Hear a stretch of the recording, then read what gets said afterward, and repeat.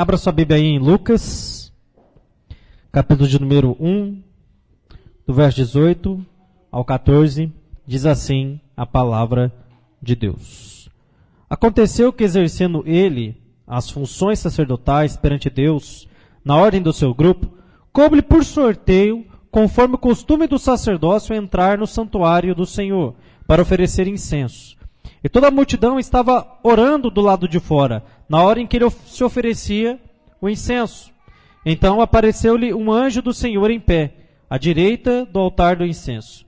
Ao vê-lo, Zacarias ficou perturbado e teve muito medo.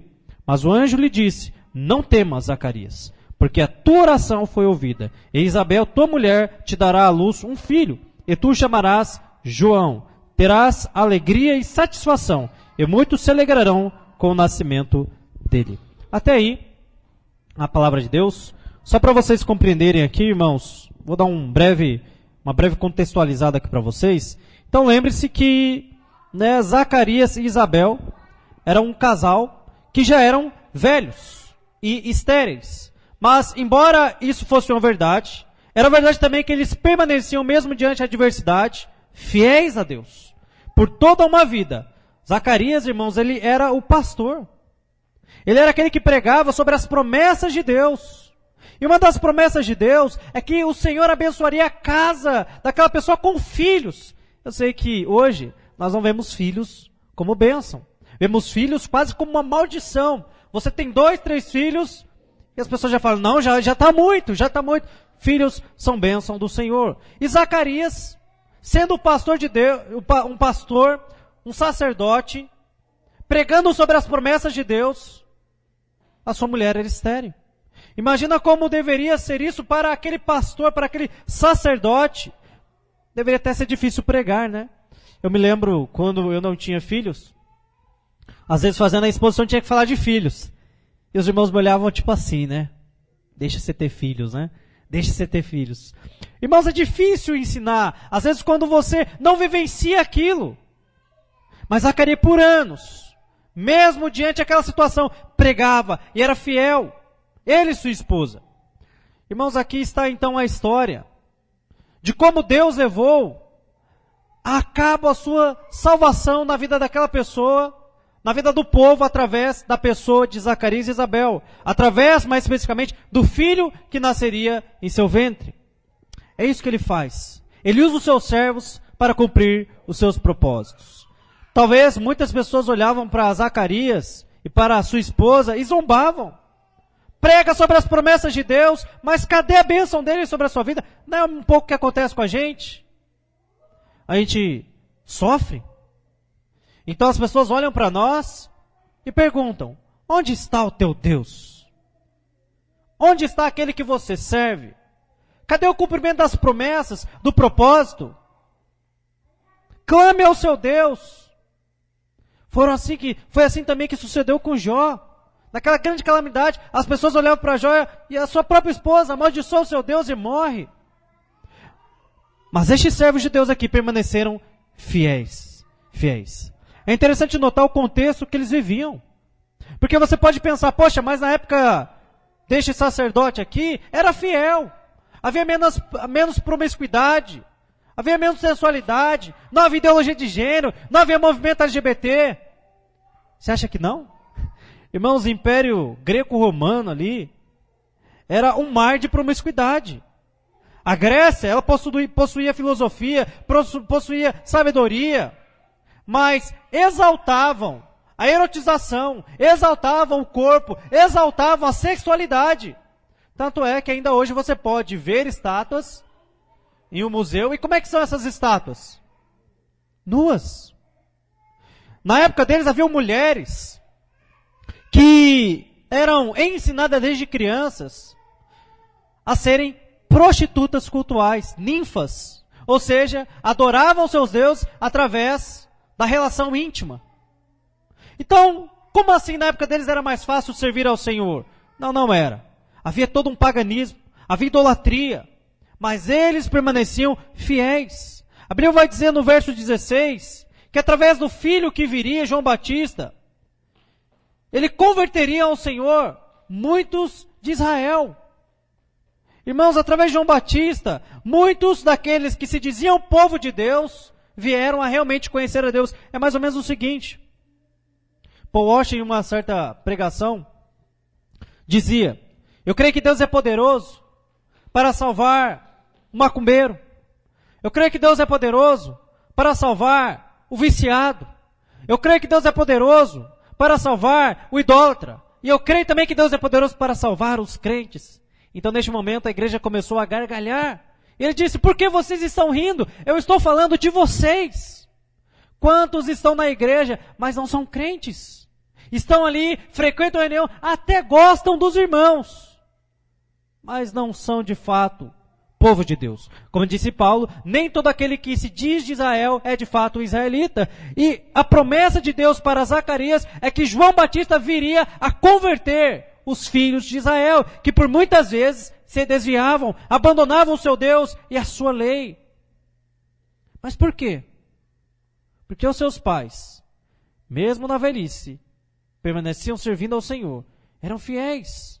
Mesmo aquela geração totalmente corrompida, promíscua, mergulhada no pecado.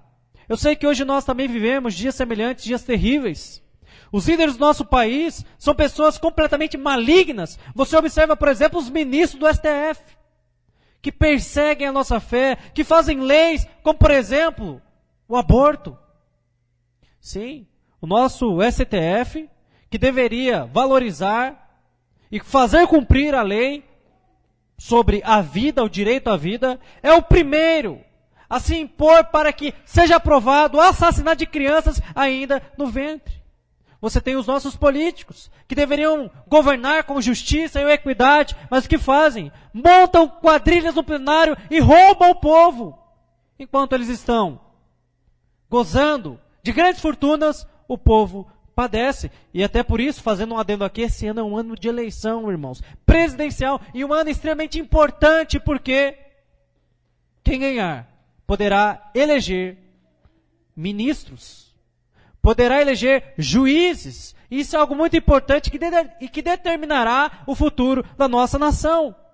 É, portanto, irmãos, que nós devemos observar bem qual é aquele candidato que mais se enquadra com os nossos valores. Eu não estou falando aqui de gente perfeita. Eu estou falando de um candidato que preserva a família, que preserva a liberdade cristã, que preserva o direito da propriedade privada, a liberdade em todos os sentidos. Eu não vou falar mais nada, tá ok? Vivemos dias terríveis, sim, também na questão política. Na escola, os professores, irmãos, muitos são semi-analfabetos, né? Mas outros são militantes de práticas terríveis, de ideologias terríveis. São depravados, são imorais. Eu me lembro que com 10 anos de idade, eu já estava aprendendo sobre sexualidade na escola. Hoje é menos. Hoje, quanto mais cedo, melhor, segundo eles. O Davi, né, estava me contando sobre a sua escola, né? E ele fez uma apresentação sobre intolerância religiosa. E sabe o que aconteceu com ele? Foi cancelado por intolerância religiosa. O chamaram de intolerante. Irmãos, vivemos dias terríveis, onde os professores, ficou famoso um vídeo aí de uma professora, ensinando como colocar um preservativo e uma banana com a boca. Quando nós dizemos que a escola é uma Babilônia, você não acredita. É daí para pior. Eu lembro que minha mãe sempre conversa comigo como funcionava a escola em sua época. E na época de minha mãe, um aluno que não respeitasse os professores tomava a famosa palmatória. A reguadinha de leve na mão, né? E, é claro, isso não é o certo, né? Mas naquela época havia respeito, havia ensino. E hoje? Hoje essas cobras que os professores estão criando na escola se voltam contra eles. Jogam lixeira, agridem. São famosos vídeos aí de professores que são agredidos por seus alunos. E por quê? Eles deixaram esses alunos depravados. E agora reclamam. Por que eles estão assim?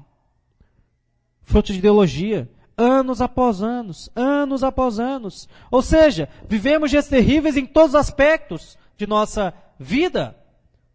Na questão política, na questão da escola e também o declínio de muitas igrejas.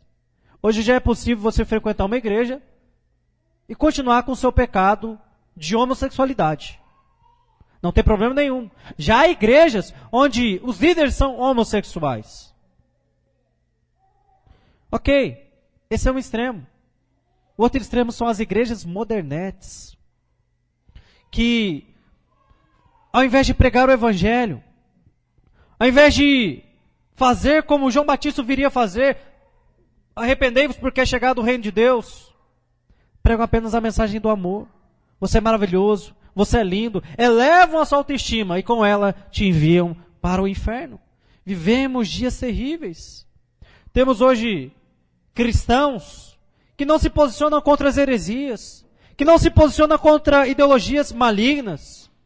Eles dizem, preguem amor, parem de julgar. Muitos crentes não têm coragem de falar da sua fé. Não têm coragem de falar, isso é antibíblico, isso é pecado. Aceitam tudo. Veja que Deus ele não precisa de muitos para fazer a sua obra. Ele precisa apenas de pessoas fiéis, como Zacarias e Isabel foram. E através deles, Deus operou grande obra em Israel. Lembra de Gideão? Gideão venceu os inimigos com quantos? 300. A Bíblia vai dizer que aqueles que eram covardes deveriam ir embora. Irmão, se Deus estivesse aqui dizendo hoje, aquele que é covarde, aquele que não consegue defender a sua fé, pode ir embora. Quantos sobrariam aqui? Quantos de nós permaneceríamos aqui? Pois quantas vezes você tem a oportunidade de falar do Evangelho, de se impor e não faz, não é fiel. Irmãos, eu quero aqui abordar alguns princípios com base nestes textos que nós lemos. E o primeiro princípio é Deus controla a sorte. Veja o verso 8 e 9. Diz assim: aconteceu que exercendo ele as funções sacerdotais perante Deus, na ordem de seu grupo, coube-lhe por sorteio, conforme o costume do sacerdócio, entrar no santuário do Senhor para oferecer incenso. Irmãos, os serviços sacerdotais eram feitos por meio de sorteio. E por quê? Porque era um privilégio. Não havia espaço para todos servirem ali ao mesmo tempo. Então eles faziam uma espécie de sorteio, principalmente oferecer o incenso. Poucos faziam isso. Talvez uma vez na vida. Muitos nem tinham oportunidade de oferecer incenso ao Senhor. William Hendrickson, ele vai dizer o seguinte: somente uma vez na vida se permitia que um sacerdote recebesse essa honra. Depois disso, ele era considerado rico e santo. Então veja aqui que por meio de sortes, Zacarias foi escolhido para oferecer incenso. E por meio desse exemplo, eu posso mostrar para você como Deus controla o acaso, a sorte, o destino, os elementos e a nossa vida.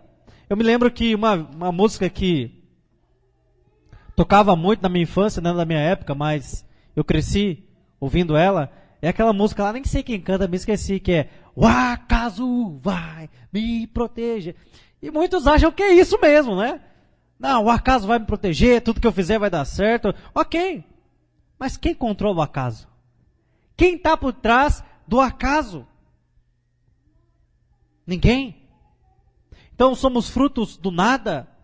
As coisas acontecem sem qualquer lógica, sem um propósito. Quando o avião cai e pessoas morrem, aquilo é sem um propósito. Quando pessoas nascem doentes e morrem, aquilo é sem propósito. Quando nós sofremos, isso é sem propósito. Não, não é. A Bíblia vai dizer que Deus é soberano e Ele controla até mesmo o acaso. Por exemplo, a vida de Ruth. Ruth é um exemplo. A Bíblia vai dizer que Noemi, mais seu esposo e filhos, vão para Moabe. E lá, o esposo e os filhos morrem. Sobram 2 noras. Uma vai embora e Ruth permanece. Permanece com sua sogra. Eles voltam para Israel. E as duas ali estavam quebradas financeiramente. Eram miseráveis, mendigas. E então um dia Ruth decide ir a um campo. Ela pede permissão né, a Noemi fala, olha, será que eu posso ir a um campo, tentar colher alguma coisa para que a gente não morra de fome? Estou parafraseando aqui. Então ela disse, vai. Então, ela entra justamente no campo de quem? De Boaz. De Boaz. E Boaz era um dos únicos que poderia ser o resgatador daquelas duas ali, né, porque a sogra estaria inclusa. Ela entra naquele campo ali, e porque havia uma lei em Israel, que está lá em Levítico 25, sobre a lei do resgatador. Então a Bíblia vai dizer que ela entra naquele campo. E por que Ruth entrou justo naquele campo?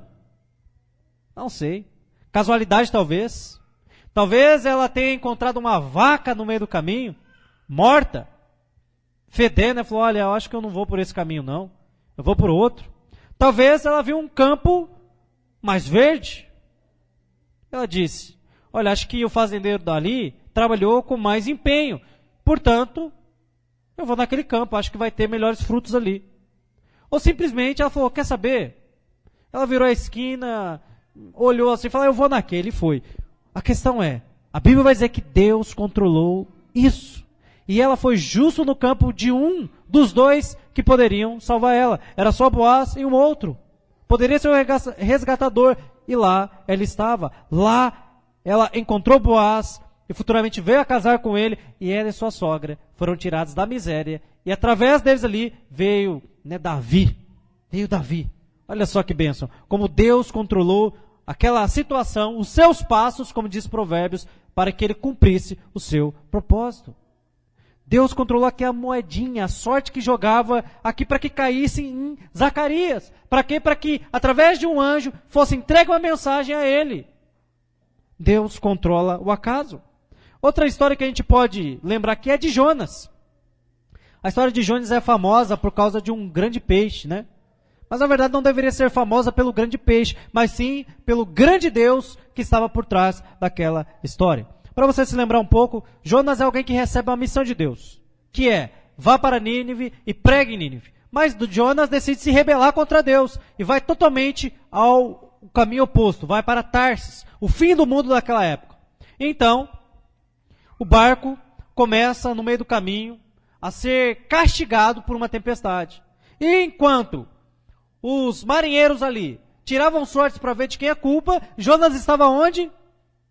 No porão, dormindo. O pastor, em vez de orar junto com os outros, ele estava dormindo.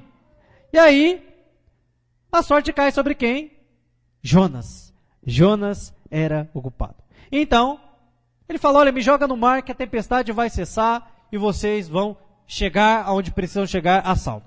E ele foi jogado ali, então um grande peixe o engole e o vomita em Nínive. E lá chegando, ele não queria pregar a mensagem do evangelho para aquele povo, ele queria que aquele povo morresse. Você imagina assim um pastor? Senhor, eu quero que aquele povo vá para o inferno. Eu não quero que eles sejam salvos, não. Eu quero que eles morram mesmo. É um povo cruel, é um povo perverso. É um povo, o senhor está se esquecendo, eles já atacaram Israel diversas vezes. Mas Deus fala, prega. E com muita má vontade, ele percorre Nínive pregando a seguinte mensagem. Olha, em 60 dias, se vocês não se arrependerem, Nínive será destruída. Sabe o que acontece? Nínive se converte. O rei convoca até um jejum geral. Até os animais jejuaram. A salvação. Ou seja, Deus ali guiou todo o percurso de Jonas. Até quando ele queria ir para o lado oposto. Por quê? Porque ele é soberano. É interessante que depois, em Jonas 4, os ninivitas se arrependem e ele fica bravo. Então, o que Deus faz? De maneira miraculosa, faz crescer uma planta que dá sombra a Jonas. E o que acontece depois? Ele faz morrer aquela planta através de um verme. E Jonas fica bravo. Que isso? O senhor faz morrer essa plantinha aqui? Veja que Jonas era capaz de se compadecer daquela planta, mas não era capaz de se compadecer daquela nação que estava em pecado.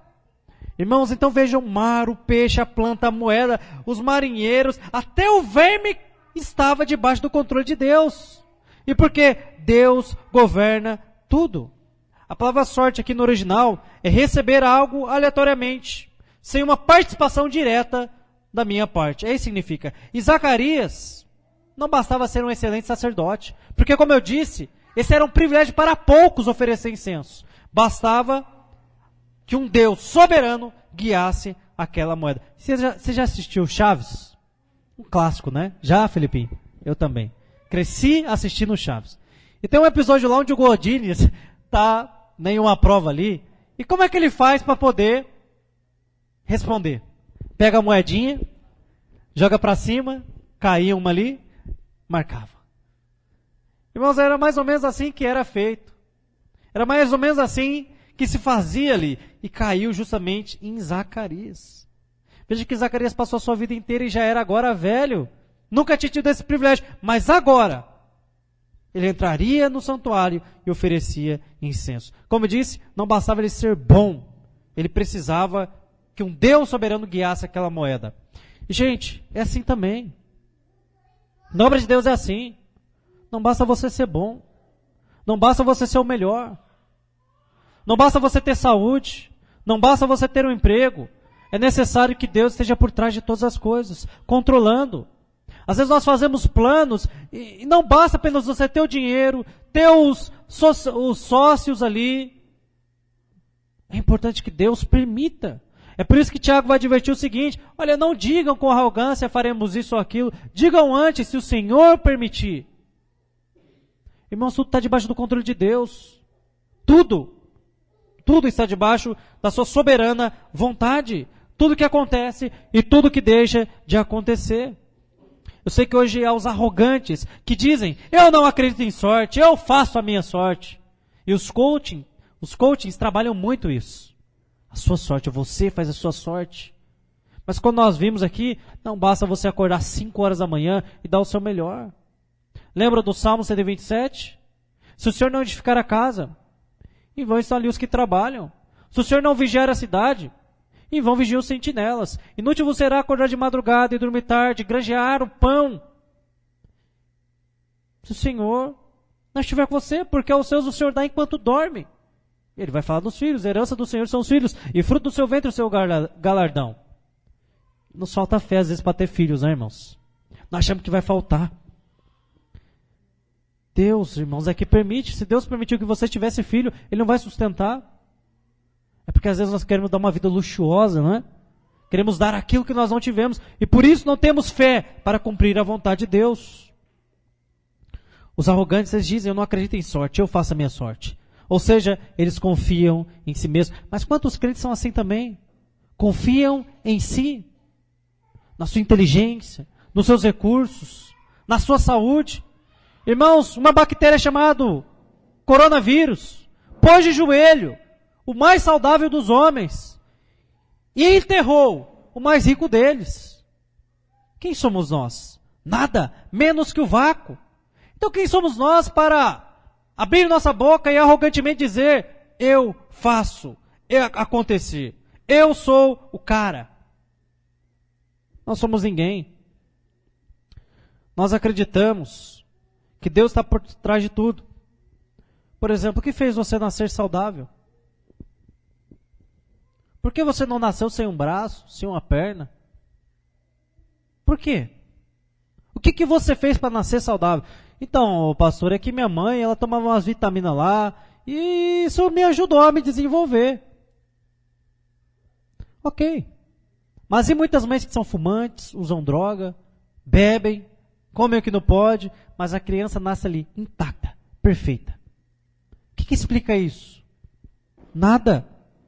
Nada. É Deus. É Deus. É Deus guiando a nossa vida. Hoje, por que nós estamos aqui hoje? Porque um caminhão não passou e nos atropelou? Por que nós não caímos da escada enquanto pintávamos aqui? Por que nós não adoecemos? Porque Deus controla tudo. Tudo acontece debaixo da sua permissão. Ora, se um cabelo está debaixo do controle de Deus, quanto mais a nossa vida, irmãos. Nós acreditamos que precisamos de uma força maior, e essa força é Deus. Não é os astros, não são os deuses, não é a superstição. Fim do ano que é assim, né? Começa a superstição, vai de amarelo porque atrai o quê? Vocês estão sabendo, hein, irmãos? E branco? Eita! Preto jamais, né? Preto atrai magreza, né? Corpo esbelto. Mas veja como nós acreditamos nessas coisas. Acreditamos em macumba. O Davi, mais uma vez aí, né? Tá falando que a colega dele macumbeira lá foi lá tirar satisfação com ele. E se brincava até fazer umas macumbas pra você, hein, Davi? Irmãos, tem que acreditar nisso. Irmãos, a nossa sorte quem faz é Deus. Quem está por trás da nossa vida é Deus. Nós não cremos em superstição, não cremos em cor, não cremos em nada. Se deu errado, primeiro, por causa de pecado, é porque Deus não quis. É isso que explica. Nada mais. Cremos que é o Senhor quem muda a nossa sorte. Olha o que diz Joel 2:32 e 3, verso 1. E acontecerá que todo aquele que invocar o nome do Senhor será salvo, porque no monte de Sião em Jerusalém estarão os que forem salvos, como o Senhor prometeu. E entre os sobreviventes, aqueles que o Senhor chamar. Ou seja, não depende de fazermos algo ou não, depende unicamente do Senhor. Olha o que vai dizer o verso 1 do capítulo número 3. Eis que naqueles dias e naquele tempo em que mudarei a sorte de Judá e de Jerusalém. Quem muda a sorte aqui? É Deus. É Deus que faz, é Deus que liberta, é Deus que restaura Jerusalém. É Deus que salva. É claro que existe sorte. Eu sei que os ímpios eles acreditam numa força do universo. Nós não. Nós acreditamos em Deus. Até aqueles livros, por exemplo, O Segredo. Já leu? Não, nem eu. Mas O Segredo fala do seguinte: pensamento positivo. Se você pensar que amanhã você terá R$1.000 na sua conta, amanhã terá R$1.000. Só que não. Tem uma vez que eu estava na faculdade, uma colega minha estava falando, olha, eu acredito muito nas forças do universo e no poder da autoafirmação. E eu estou lendo um livro muito bom, né, que é esse daqui que eu disse, O Segredo. Eu disse, é? E do que ele fala? Não, ele fala sobre pensar positivo, você tem que afirmar todo dia, você tem que pensar em você vai atrair aquilo, a força do universo vai conspirar para que aquilo aconteça com você. Eu falo, é mesmo? Então pensa aí que você tem R$1.000.000 na conta. Não, não é assim que funciona. Peraí. Não é só pensar positivo? Então tá, vamos pro mais fácil. Pensa aí que você vai formar na faculdade. Não, mas aí eu tenho que me dedicar. Então não é só pensar positivo. Então muitos acreditam nisso. Nós queremos que o acaso é determinado por Deus. Às vezes nós estamos no lugar certo, na hora certa, no momento certo. Eu tiro por mim, né? Estava conversando com o pastor Valmir esses dias. Irmão, saiu nossa escritura, hein? Hein, pastor? Saiu? Só falta agora marcar o dia para nós pegar. Falta marcar o dia para nós pegar. Glória a Deus, aleluia. A gente estava conversando sobre o pastor que me abençoou lá com o terreno, né? Me vendeu por valor camarada. Irmãos, ia ser de outra pessoa o terreno. Mas aí no tempo certo, na hora certa, a gente conversou, ele me vendeu, agora vai sair a escritura, então tá vendo? É Deus que controla tudo. E esse prédio aqui, o pastor ia comprar lá na esquina, esse é um prédio pequeno, mas não sei por que cargas d'água, ele foi conversar com um cara daqui, e o cara tá vindo aqui por mais barato, e olha só, temos aqui um prédio confortável, grande, que a gente consegue fazer nossos eventos, que abriga bem aqui a igreja. Olha que bênção. Lugar certo, hora certa, pessoa certa. Mas quem determinou isso? Deus. Provérbios 16:33 vai dizer o seguinte: a sorte se lança no regaço, mas do Senhor procede toda decisão. É do Senhor, irmãos. Zacarias podia pensar, que azar. Eu casei com uma mulher estéril. Ele poderia até mesmo desanimar. Poderia se queixar da sua sorte. Irmãos, não adianta, nessa vida tem gente que tem mais sorte que outras. Tem uma oportunidade, e daí? Não fique se queixando. Faça o melhor, com a capacidade, com as oportunidades que Deus te deu. Para uns Deus vai dar mais oportunidade, para outros não. E daí? Grande parte dos nossos problemas nascem por causa disso.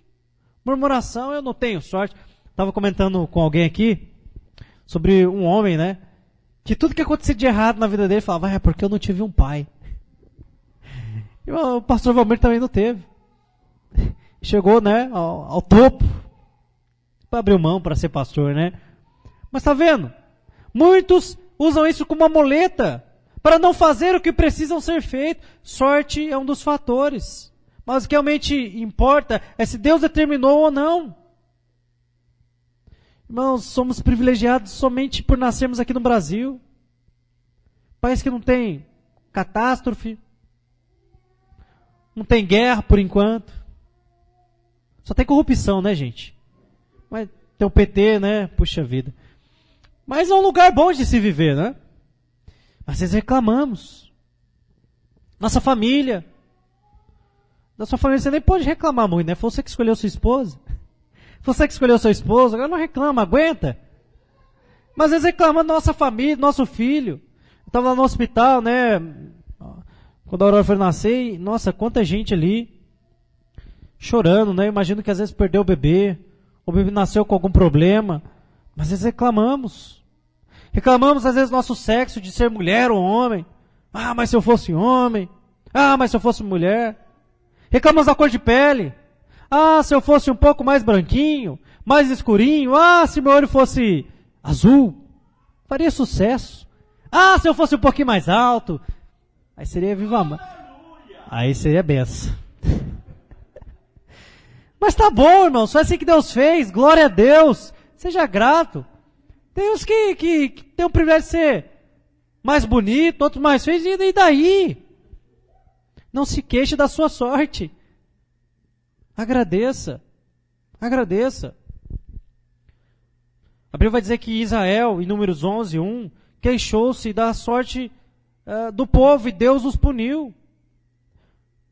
Irmãos, devemos confiar em Deus, não devemos murmurar, reclamar, porque isso nos afasta de Deus.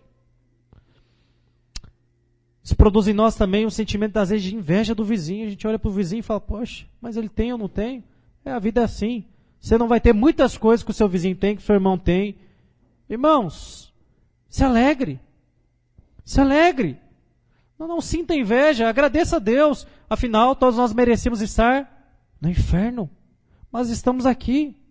Zacarias, ele podia murmurar, poxa, mas essa mulher é estéril, Senhor, não tinha outro não.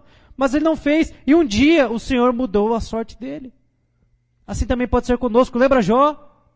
Pobre, miserável, cheio de chagas, debilitado, em luto. Não murmurou. Inclusive orava por seus amigos. E nesse momento, Deus decide mudar a sorte de Jó. Será que muitas coisas não acontecem em nossa vida porque nós, ao invés de agradecermos a Deus e crer, confiar no Deus que controla o acaso, a nossa sorte, nós murmuramos? Segundo princípio. Deus controla seus anjos. Anjo aqui no original é angelos, que é mensageiro. E hoje é uma noção errada do papel dos anjos, né? Os anjos, na Bíblia, eles apareciam em ocasiões especiais. Geralmente para dar uma mensagem ou para chamar alguém. Mas em muitas igrejas, anjo aparece à torta e à direita. Veja que o anjo que apareceu para Zacarias, para anunciar o nascimento de João Batista, e também para Maria, para anunciar o nascimento de Jesus, uma ocasião especial. Mas hoje tem um monte de crente que vê anjo em todo lugar. Vê anjo na sua casa, vê anjo na igreja, vê anjo no trabalho. Em todo lugar. É interessante que quando esses homens, eles viam estes seres celestiais, eles se prostravam, eles ficavam com temor. Porque eles sabiam que talvez viria juízo. Mas hoje parece que há pessoas que têm tanta conexão que ver anjo é como ver outra pessoa. E, na verdade, eu creio que a maioria dessas pessoas estão mentindo. Você vê que grandes seitas, elas nascem com o quê? Com visão do quê? De anjo. Maomé viu um anjo lá no cume do monte. Joseph Smith viu um anjo também. Aí o que eles fizeram? Anunciaram várias coisas que não se cumpriram. Ou seja, Eles não viram anjo coisa nenhuma. Eles viram o capeta ali disfarçado de anjo de luz. Pois as suas profecias foram por água abaixo, não se cumpriram. No passado, essa pessoa é até pouco conhecida hoje, porque dizia que via anjo e que também foi curado de síndrome de Down. Mas certo dia eu acho que ele se arrependeu. E enquanto ele falava isso, que via anjo, igual o padre Marcelo Rossi, né? Tem anjos voando neste lugar. Né? Esse pastor, né, era igual o padre Marcelo Rossi. Mas acho que ele se arrependeu do seu pecado. E fazia sucesso. Os pentecostais e a loucura. Né? E se arrependeu e um dia veio a público dizer que não via anjo coisa nenhuma. Que ele mentia. E que também não foi curado de síndrome de Down. Nunca teve. O que aconteceu? Você já ouviu falar dele? Não vou falar o nome dele, né? Mas sumiu. Sumiu. Não se ouve mais música dele. Sumiu. E por quê? Pessoas elas gostam de ter o quê? Essa experiência. A gente está falando no PG sobre monte, né? Não, pastor, é porque lá o galho pega fogo. Ficou uma polêmica lá, né? Galho pega fogo, galho não pega fogo. Não, né? A gente não deve se apegar a esse tipo de experiência. Olha o que Lutero disse. Fiz uma aliança com Deus. Que Ele não me mande visões, nem sonhos, nem mesmo anjos. Estou satisfeito com o dom das Escrituras sagradas, que me dão instrução abundante e tudo o que preciso conhecer, tanto para essa vida, quanto para a vida que há de vir. Irmão, se apega à Escritura, pelo amor de Deus. Leia a Escritura e se apega a ela. Quantas pessoas são enganadas justamente por confiarem em suas experiências? Eu prefiro ficar com a Bíblia do que com anjos. E para ser sincero, nem quero ver. Nem quero ver. Olha o que o anjo fala. Veja como são as profecias de anjos hoje. Eu estou vendo um anjo aqui. E o anjo está dizendo que ele está abrindo uma porta e está te dando um livramento. Me tem igualzinho, né, gente? Eita! Como é que foi com a profecia do anjo aqui? Primeiro, coisa óbvia, né? Que Deus vai abrir uma porta. Mas qual é a profecia do anjo aqui? Um casal velho, uma mulher estéril. O anjo diz: vocês vão ter um filho.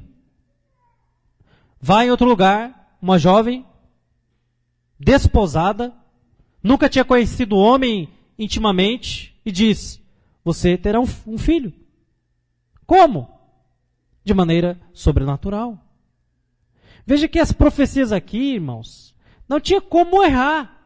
Eram específicas, mas também eram de cunho sobrenatural. Como é que é? Imagina.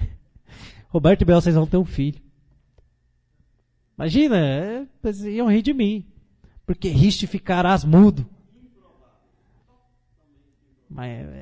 Pois é, foi isso que o anjo disse.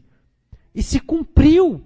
Zacarias e Maria, eles ouviram a voz daquele anjo, dizendo que eles gerariam uma criança, e se cumpriu. É interessante que provavelmente eles estavam cheios de temor. E sabe o que o anjo disse para eles? Não temam. Não temais. Mas hoje as pessoas veem anjo à torta direita, mas não tem um pingo de temor. Um pingo de temor. Terceiro princípio. Deus usa seus servos. Olha o verso 3. A tua oração foi ouvida, ou seja, Zacarias era já um homem velho, sua mulher também era uma mulher velha, mas eles continuavam orando pelo quê? Por um filho. Para que Deus abrisse o ventre de Isabel e ela pudesse conceber. E aí o anjo vem a ele e fala: vocês terão um filho. Ele diz o quê? Não acredito. Mas às vezes a gente é assim, né? A gente ora a Deus, aí vem a resposta, e a gente faz como Zacarias: não acredito. O pastor Rafael estava contando que certa vez estava orando por uma menina que tinha endometriose, ou seja, que não podia ter filho. Ele ia no médico, consultou os especialistas, mas pediu para ele fazer uma oração. Aí ele orou. Aí tá, passou o tempo, ele esqueceu. Aí um dia a menina ligou chorando para ele: pastor, passei no médico, ele disse que eu não tenho mais nada, fui curada. Sabe qual foi a primeira frase que ele disse? Não acredito. Irmãos, às vezes nós somos assim. Nós oramos, mas nós não acreditamos de fato. Eu fico me perguntando quanto tempo Zacarias esteve em oração para que Deus pudesse conceder um filho. Mas nós às vezes oramos uma semana e não perseveramos na oração. Às vezes Deus nos responde e nós não acreditamos. Perceba que Zacarias aqui, ele permaneceu anos após anos orando e Deus o abençoou. E veja aqui que Zacarias, ele não era um homem perfeito, inclusive aquele vacila na sua fé. Ele não acredita e portanto fica mudo. Não era alguém irrepreensível. O fato de você ter temor a Deus não significa que em algum momento você não possa vacilar em sua fé. Mas ele não creu de primeira ali, ou duvidou. Mas quando foi para dar o nome da criança, ele creu, seu nome será João. Às vezes você pode vacilar em sua fé, mas não permaneça assim.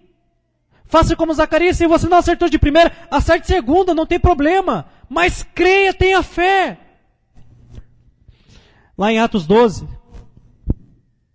é narrada uma história onde Pedro, ele estava preso.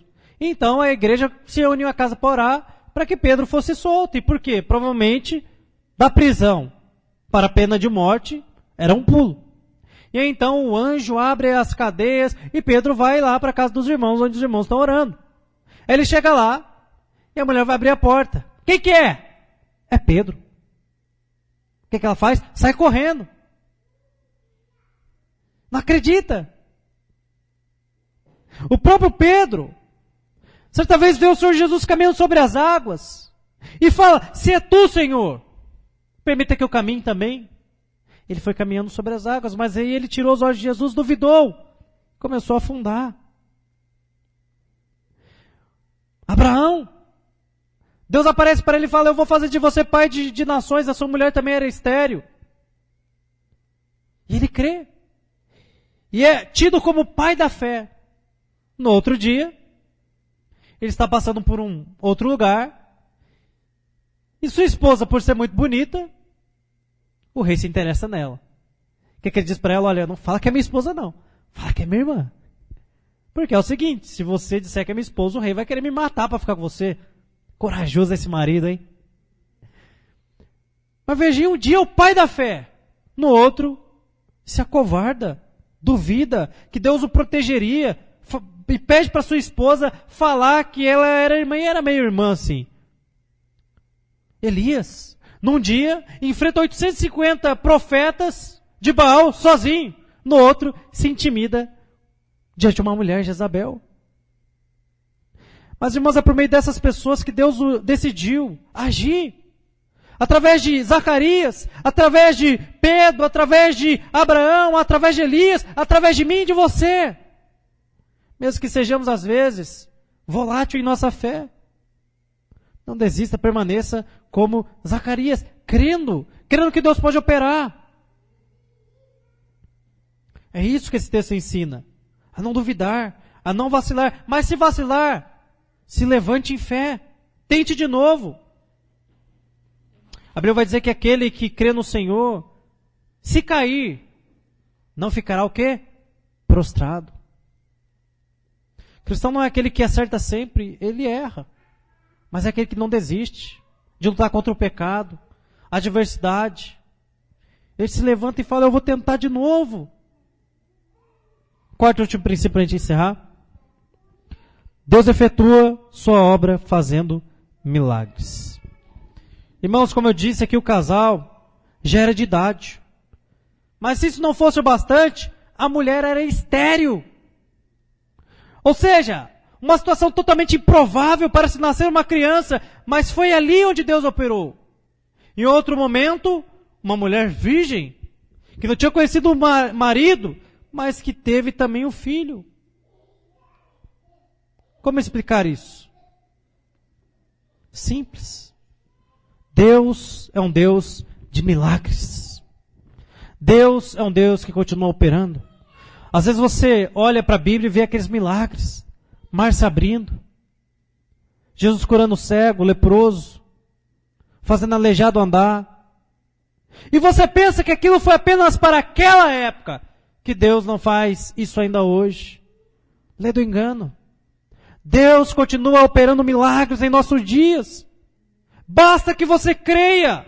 Basta que você tenha fé. Um ateu pode perguntar, para com essa. Uma virgem ter um filho? Essa conversa para cima de mim não cola. E eu respondo, você tem mais fé do que eu. Não tenho fé em nada, eu sou ateu. Tem fé sim. Você acredita que de um único organismo veio tudo? Tudo que existe hoje, vida complexa, inteligente, veio de um único organismo. Tempo, matéria, espaço, gente, animal, réptil, planta, estrelas. Ou seja, as pessoas são capazes de crer que uma explosão, que uma bactéria ou que um macaco evoluiu, mas não são capazes de crer em um Deus que criou tudo isso, é capaz também de colocar uma criança no ventre ali. É interessante que, mesmo já sendo refutado a teoria de Darwin, ela não cede até hoje. Mesmo não havendo registro fóssil. É interessante notar que Mendel, em 1956, provou o que a Bíblia já dizia, que cada espécie dá de acordo com sua espécie. Teria poupado muitos anos de estudo, se tivesse lido a Bíblia. Mas eles continuam crendo que foram milhões e milhões de anos até tudo se desenvolver e ser como é hoje. Olha, eu te dou quantos milhões de anos você quiser para que um peixe se transforme em um réptil. Não vai acontecer. Ou que um chimpanzé escreva como Shakespeare. Não vai acontecer. Irmãos, nós temos os testemunhos de homens santos que morreram por Jesus. Temos o testemunho de Pedro. 1 Pedro 2,22 diz o seguinte, a respeito de Jesus, o qual não cometeu pecado, nem dolo algum se achou em sua boca. Ou seja, ele de fato foi perfeito e agiu como está escrito aqui. Ele fez aqueles milagres e ele também pode fazer milagres em nossas vidas hoje. Pedro foi testemunha ocular do que Jesus fez. Os milagres são, irmãos, para fortalecer a nossa fé. Nós não podemos viver de milagre.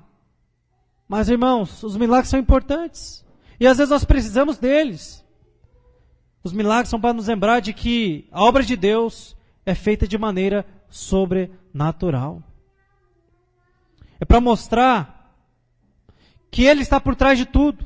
Que Ele é soberano sobre tudo. E que Ele pode operar grandes coisas, como Ele fez com aquela comunidade de camponeses, com pescadores que mudaram a história do mundo, através unicamente da fé. Ou seja, pare de olhar para as suas limitações. Você já ouviu aquela frase de caminhão? Não olhe para o tamanho dos seus problemas. Olhe para o tamanho do seu Deus. É bem por aí. Quantas vezes nós olhamos para o nosso problema e o tornamos até mesmo mais grandioso do que Deus? Pare de olhar para os seus problemas. Ao invés de chorar por causa deles, vá chorar diante do Senhor. Vá orar. Vai pedir a Deus. Deus continua operando. Zacarias e Maria, aqueles que foram escolhidos para Deus agir de forma sobrenatural, eles não disseram, nós não podemos. Eles disseram, eu creio que tudo podes. Talvez você olhe para a sua vida hoje, para o seu casamento, para o seu filho e fale, poxa vida, será que tem jeito? Há anos tentando mudar essa situação e nada. Parece que não muda, parece que não entende, parece que não se posiciona, parece que não age. O meu filho anos no vício, o meu casamento que não vai para frente. Será que Deus ainda pode fazer alguma coisa? Sim, irmão, Deus pode. Deus pode. Ore com fé. Deus, Ele pode te capacitar para liderar um PG, para ser um pastor. Deus pode te tirar de uma situação, às vezes, de pobreza, miséria, de dificuldade financeira. Deus pode te levar a vencer o seu vício, o seu pecado, a educar os seus filhos no caminho que se deve andar. Deus tudo pode. O poder de Deus, irmãos, não diminuiu. O poder de Deus continua o mesmo. E Ele continua a operar em nossas vidas. Se cremos, Ele continua agindo através de pessoas como eu e você, limitadas e falhas. Lucas 1,37 vai dizer o seguinte: não haverá impossíveis para aqueles que crerem. Sabe qual é a prova? Você, eu. Irmão, olha para quem você era. Olhando para você no passado, quem diria que teria jeito? Ninguém. Mas você está aqui hoje, com a sua família. Deus mudou a sua vida, por que não pode mudar a daquele parente, a daquele filho, a daquele colega, a daquele pai? As pessoas que estão ao seu lado. Irmãos, nós podemos de fato ser luz nessa cidade, ver vidas sendo transformadas, ver pessoas sendo acrescentadas no nosso meio. Basta que nós creiamos, basta que nós façamos como Zacarias. E se cairmos, e se resvalarmos a nossa fé, a Bíblia vai dizer que nós podemos fazer como Zacarias, nos levantar e tentar de novo. Irmãos, a Bíblia nos chama a andar em fé. A Bíblia nos chama a crer, mesmo contra a esperança. É através da fé que nós podemos, inclusive, tirar força da fraqueza. É através da fé que nós podemos cumprir a palavra de Deus. É através da fé que a nossa vida pode ser transformada. Quantos creem nisso? Vamos nos colocar de pé?